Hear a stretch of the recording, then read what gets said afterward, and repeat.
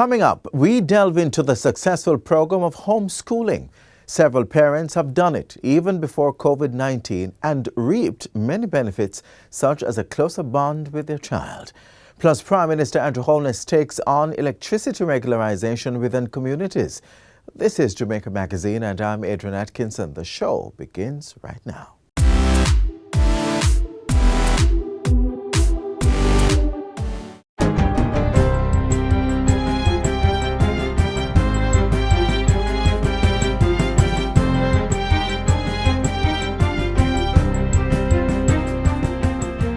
Good day, I'm Lorraine Mendez and this is your JIS News for Tuesday, October 5. The Electoral Office of Jamaica, the EOJ, will begin distribution of the newly designed voter registration identification card on October 11. It will replace all current voter ID cards which expire on December 31, 2021. The Director of Elections, Glasspool Brown, says the distribution will take place through the network of constituency offices. Electors eligible to collect new IDs are those whose cards were automatically renewed because it was issued in 2015 or after, and those who applied for renewal up to July 2021. Mr. Brown was speaking at a recent JIS think tank. Because of the issue as it relates to COVID protocol, we have sought to distribute the cards based on different days, based on the start of their last name. So what will happen on a Monday, persons whose last name starts with A to E can then visit their constituency offices. On Tuesdays, persons with their last name beginning with from F to K can do so. In persons where their last name starts with L to P can visit their constituency offices on Wednesdays, and on Thursdays, surname that begins with Q to T, and on Fridays, U to Z. Offices are opened 8:30 a.m. to 4 p.m. Mondays to Thursdays and 8:30 a.m. to 3 p.m. on Fridays. To allow for a smooth processing, persons are being asked to take along their old voter ID card and receipt for renewal. Additionally, electors are encouraged to confirm their pickup location before visiting the EOJ office by calling 888-991-VOTE. That's 888-991-8683. Electors can also visit the ECJ website at ecj.com.jm/query. The Director of Elections is urging persons who have not yet applied for renewal to do so, as the old cards will not be accepted after December 31. What we have in place is roughly in excess of close to 800,000 cards that are ready for immediate distribution, and those that are the first set in terms of the first tranche of distribution. We anticipate that as we go along, we'll have a turnaround time of in excess of about a month to 6 weeks for additional cards to be put out there for distribution. Meanwhile, the Electoral Office of Jamaica says measures have been put in place to manage the number of persons collecting IDs at locations. We have taken on additional temporary staff in each office to assist with the process. We have also reconfigured the arrangements in our constituency offices, so we'll have an area that is solely dedicated to the collection of new ID cards. And if you're there to do any other business, whether it is registration, revision, or seeking general information, there's another section that you will go. According to Mr. Simpson, tents and chairs will be placed at some locations to accommodate a possible overflow. He says the services at 7 offices identified as not having adequate space for social distancing will be relocated to a larger area at different locations nearby. The overall collection of ID process will be monitored daily and adjustments made where necessary. The Ministry of Science, Energy and Technology will be focusing on 4 key areas as it observes Cybersecurity Awareness Month in October. Head of the Cyber Incident Response Team CERT, Lieutenant Colonel Godfrey Sterling, says Week 1 will look at the use of cyberspace and being responsible. Week 2 will focus on phishing and email compromise. What we will seek to do is to ensure that we bring to the public those things that can be done to securely provision and to govern the use of cyber resources in cyberspace. The third week is dedicated to cybersecurity-related careers in the form of a symposium. The final week will culminate with the annual cybersecurity activities on October 29. For each week, there will be 3 to 4 webinars on a Tuesday and a Wednesday. On a Thursday, we will have a panel discussion, each supporting the sub-theme for the week. And on the final week, we're hoping to really drill down into how we can bring all of this experience together. Lieutenant Colonel Sterling was speaking at a recent JICE think tank. For further information on Cybersecurity Awareness Month and the related activities, visit cert.gov.jm. And finally, Jamaica has launched its plan of action to reduce greenhouse gas emissions to 28.5% by 2030.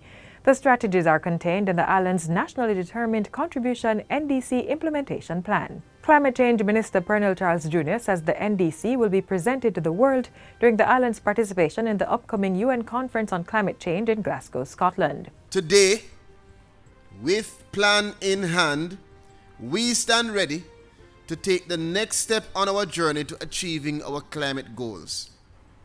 The plan is a detailed analysis of Jamaica's progress to date towards achieving the emissions reductions commitments that we have set out in our NDC. Since Jamaica's economic development is so dependent on natural resources, sustaining livelihoods and lives is critical, and so resilience building is paramount. So when we talk about climate action to combat the climate crisis, this is not just some hairy-fairy theoretical concept. This is us talking about how we as stakeholders, as human beings existing in this ecosystem that we call the planet Earth, are going to protect life for generations to come. And that's it for JI's News Today. I'm Lorraine Mendez. Thanks for watching.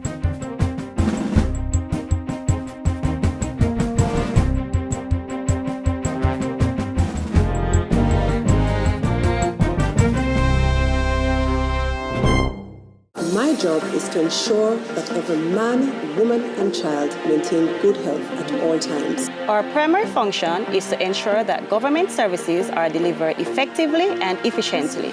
We are building forward together. Coming up, actions taken during the past week by Prime Minister Andrew Holness.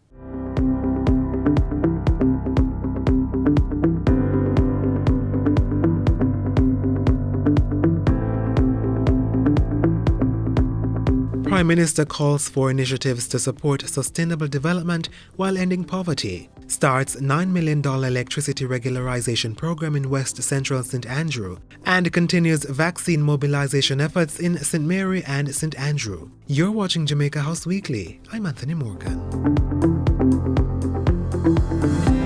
If you are willing to pay something for better, and I am working hard to make it more affordable, then I think we can reach a solution for progress and prosperity. Prime Minister Andrew Holness to residents of West Central St. Andrew Friday as he made a case for improved and upgraded water, light and internet supply in the community. To assist with this drive, the Prime Minister, who is also a Member of Parliament for the area, announced a $9 million electricity regularization program. This initiative will be carried out by the Ministry of Local Government and Rural Development, the Jamaica Social Investment Fund, and the Jamaica Public Service Company. Because you see the skill of tying the little stone on the hook and just throw it up on the wire, and then you run it into your house, and then you just connect to it, that's very dangerous. The transformers that blow because of that. And that's why we don't have the electricity in the community. Mr. Holness says a housing project, a basic school, and a 22-room Golden Age home are also in the works for the area. We are doing everything to improve the status of the community. But you need to do your part and play your part. In the meantime, Prime Minister Andrew Holness urged persons in West Central St. Andrew and West St. Andrew to get vaccinated. He made a special plea to the elderly and persons with underlying conditions such as hypertension, diabetes, and heart disease. I'm urging all of you here, don't wait until it is at your doorstep. Go and get your vaccination. And in recognition of International Day of Older Persons on October 1, the Prime Minister visited Lucille Brown, who turns 104 on October 10. Mr. Holness also met with Avery Martin, who is 75 years old. The society can only be stronger if we pay the respect and deference and love and care to those senior persons in our midst. The Prime Minister then hopped over to St. Andrew Western to deliver tablets to students in the constituency. The devices were provided through the efforts of Jamaica's Consul General in New York, who mobilized support from the diaspora. Thursday saw the Prime Minister in St. Mary as he continued his vaccination mobilization campaign. Mr. Holness urged persons to get vaccinated so that they are not unduly impacted by restrictions to travel or in-person attendance at school. In order for us to return to life as we would like, as we knew it before, there has to be a very high level of vaccination. You are helping us to get back to that level. You are taking care of your own health, but you are also taking care of the health of the nation. So again, for that, I say thank you. You are the heroes. Now go out and be the ambassadors. News came Wednesday that government will initiate a formal review of the selection process of candidates for national honors and awards. Mr. Holness says a review committee is to be set up to recommend changes. That committee will consist of state, government, opposition, and civil society representatives who will conduct their evaluation over an 8-month period. Among the issues to be considered are the selection of candidates to national orders, creation of a criteria guide to select and exclude candidates, deeper vetting of candidates, as well as increased public awareness on the selection. On Tuesday, the Prime Minister addressed a United Nations high-level virtual meeting on jobs and social protection for poverty eradication and sustainable recovery. He called on global policymakers to address sustainability and poverty challenges with innovative solutions. As we chart a new course towards economic recovery, we must lay the foundations for a more resilient labor market and a more equal world. We must invest in upskilling and reskilling our workers for the jobs of the future to better prepare for the disruptions of the fourth industrial revolution, which the pandemic has only served to accelerate. Prime Minister Holness, who is co-convener of the Financing for Development Initiative, also called on world leaders to utilize the upcoming United Nations Climate Change Conference to drive the development agenda. This includes investment in green sectors with substantial job-creating potential, as well as those with social protection systems to support transitioning workers. And that's it for Jamaica House Weekly. Be sure to join us next time for more of the news stories coming out of the office of the Prime Minister.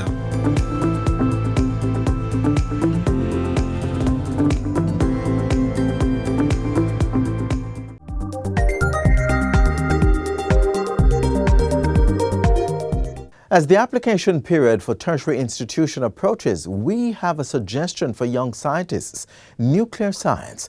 The male-dominated and understaffed field is in need of professionals and more females. Take a look.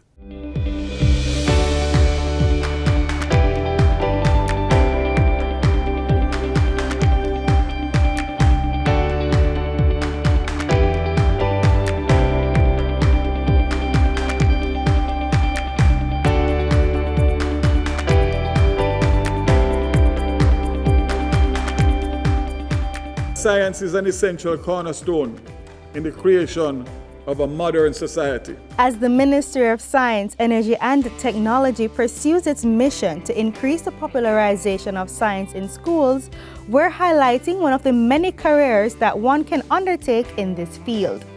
Nuclear science involves applying nuclear techniques to investigate and study different fields.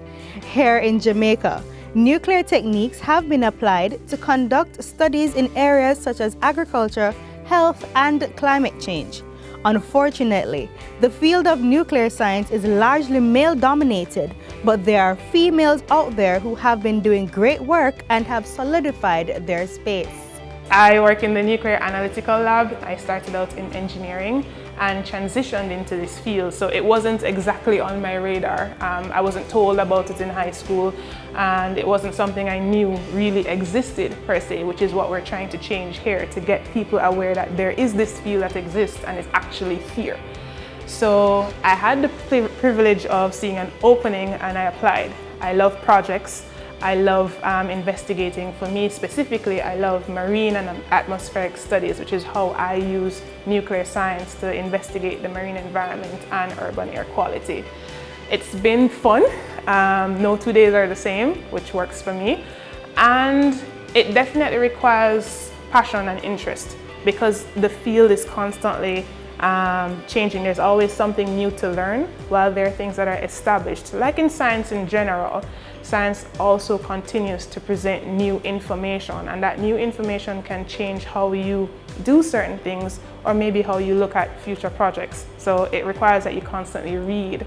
It requires that you're constantly open to really, understanding why is it that you're doing what you're doing and how it actually can help solve the bigger picture, not just doing it for the sake of doing it. Science in general is a male-dominated field. It's for sure that is exactly how it is. It's why the UN has the International Day for Women and Girls in Science to encourage the changing of that situation.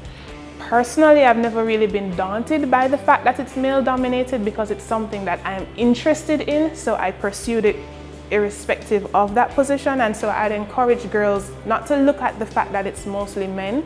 Look at it as, okay, since it's mostly men, I will find my place. You can find, for everybody in this field, you can find your place and to learn from them. The men that I work with here are incredible. They teach you, they are open to helping you to learn and to understand. And for me, who was transitioning from another career into nuclear science, something that I didn't study in my undergrad, they were pivotal in helping me to understand how to do things. I didn't have a female in this lab to work with. So males can be allies as well. So it doesn't have to be a male versus female thing. I think it's just to stay open. Don't get discouraged. I wasn't a huge fan of chemistry in high school, and yet a lot of my job has to do with chemistry. But I think things change, sometimes it's the teacher that you're exposed to, sometimes it's just a stage in your life. You might prefer a particular subject, but don't feel daunted by the task at all. Just still pursue what you are interested in.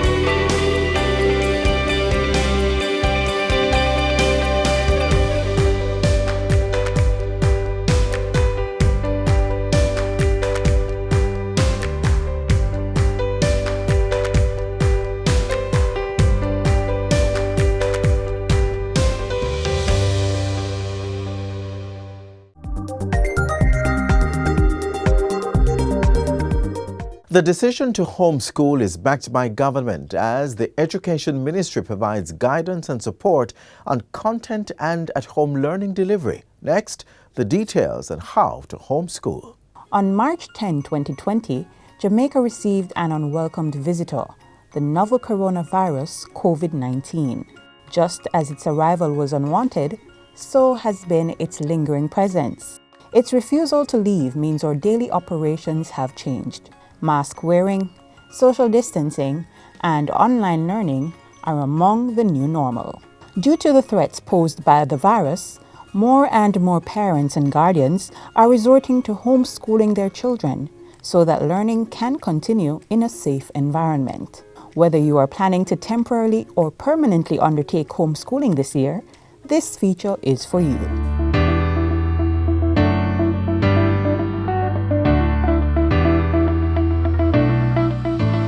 Homeschooling, wow, it is what you make it in a sense, because there is no strict definition really. It is simply a matter of the parent or guardian of the child being homeschooled, taking full control of the schooling, the education of the child. So that may take place in the home physically.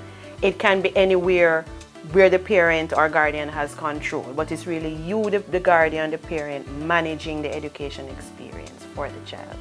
Every parent or guardian who wishes to homeschool their child in Jamaica must be guided by the standards provided by the Ministry of Education through the Independent Schools Unit. The Independent Schools Unit in the Ministry of Education has a mandate of registering and monitoring, regulating independent schools, and independent schools are privately owned institutions. We serve institutions that cater to private education for students who are based on the Education Act and the Independent Schools Regulation between age 8 to 19 years old. In order to start your homeschooling registration, there are a number of requirements to be met. We invite them to submit to us a completed application, and that is an application customized in the unit based on the regulations of the Independent Schools Unit. But in addition to that, we also ask them to submit to us photographs of the students. We ask them for birth certificate for the students, national identification cards for the parents, just to ensure that the persons who say that they are the parents of the students are indeed the parents of the students. We also ask them to submit to us the qualifications for the individuals who are going to be the tutor, just to ensure that these persons who are going to be tutoring the students are fit and proper to do so and are indeed qualified to do so. We also invite them to submit to us the timetable, because we want to ensure that though we do not have them give us what we call strict structure, we want to ensure that at least the basic requirements based on the curriculum to which the parents are subscribing to are adhered to, and recommendations for the parents who want to get approval for the homeschool. Once the application form and supporting documents have been submitted to the ministry's regional offices or emailed to isu@moey.gov.jm, parents will then be required to participate in an interview that will take place at a mutually convenient day and time for both the parent and interviewer. All right, so as we would have planned, we are here to do your interview so that we can grant you the approval for homeschooling. All right? For the time being, it is virtual because, as you know, we have to maintain the COVID protocols. So we do a virtual interview. And in this interview, we try to do cameras on so that we can get to have a look on the learning space and have a real appreciation of the learning space.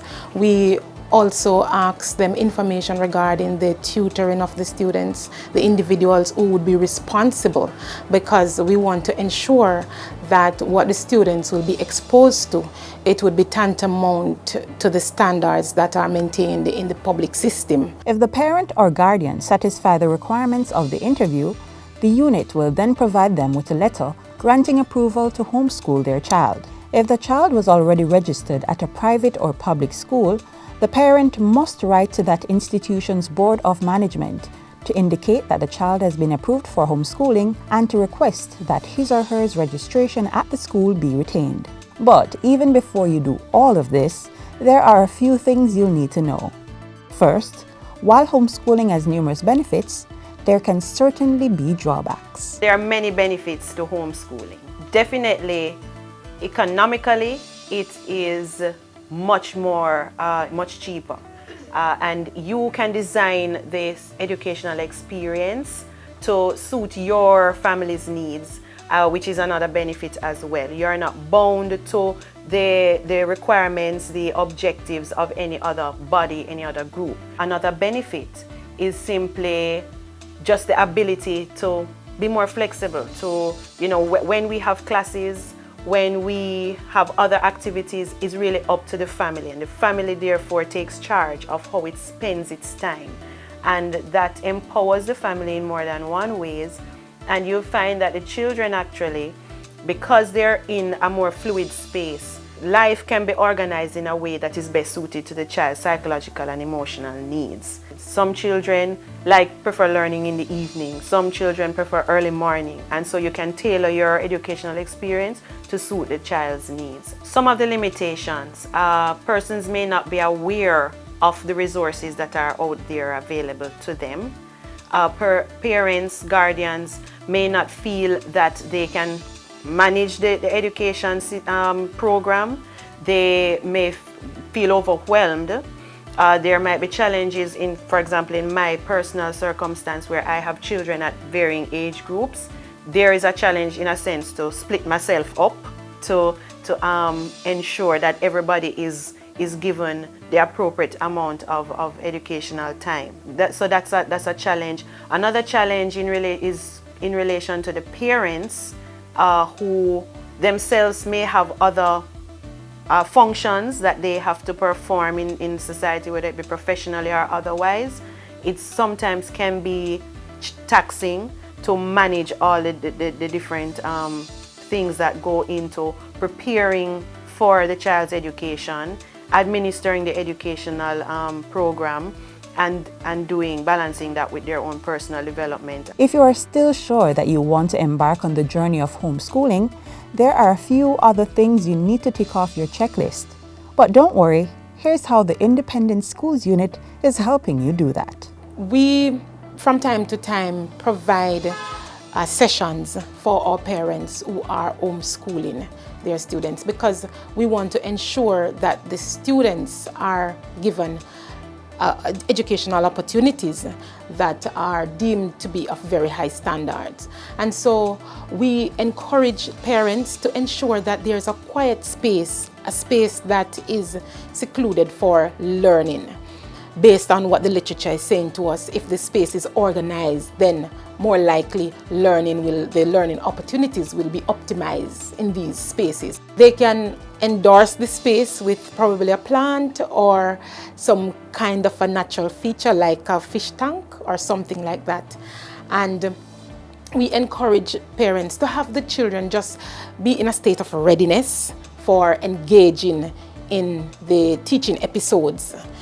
And we encourage them to have simple desks and a chair so that the children are comfortable. As it relates to the curriculum, most of our homeschool parents subscribe to the national standard curriculum that is used in the parallel system, in the public system.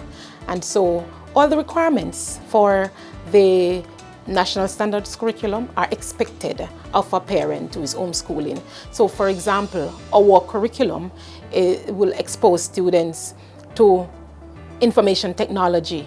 We encourage parents to, as much as possible, to incorporate this in the learning experience. For any additional homeschooling advice and support, parents and guardians may reach out to the homeschooling associations across the island, such as the Jamaica Association of Homeschoolers. The Jamaica Association of Homeschoolers is simply a group of parents, guardians, stakeholders within the homeschool setting who have decided that, we want to come together to enhance the homeschool experience for all of us. So we cater to the educational, social, and even the psychological needs of not just the children, but the parents, the adults involved in the process. So that could involve providing emotional support, literally, financial support, where needs be. So it is really a community, a close-knit community. And we also provide social support. So we organize activities for the families. It's all voluntary. A homeschool policy is currently being developed by government that is to be reviewed by the Ministry of Education's legal team in short order. Once it is completed, this policy will be shared with all current and prospective homeschoolers. In the interim, for more information on homeschooling, feel free to contact the Independent Schools Unit or the Jamaica Association of Homeschoolers. Individuals who need to contact the Independent Schools Unit, they can do so by telephone at 876-612-5708, or they can email us at isu@moey.gov.jm. Our email address is jamaicahomeschoolers@gmail.com, simple. And you can reach myself, the secretary, at 876-317-9639, or the president himself, Shane Panton, 876-317-9643.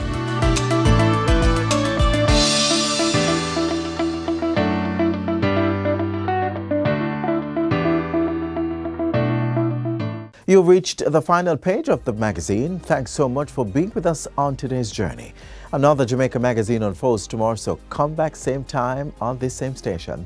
Until then, click on our social media pages for more informative features. While there, please subscribe to our pages and channels so you can stay in the know. I'm Adrian Atkinson, reminding you to adhere to the COVID-19 protocols to reduce the spread of the virus. Do stay safe.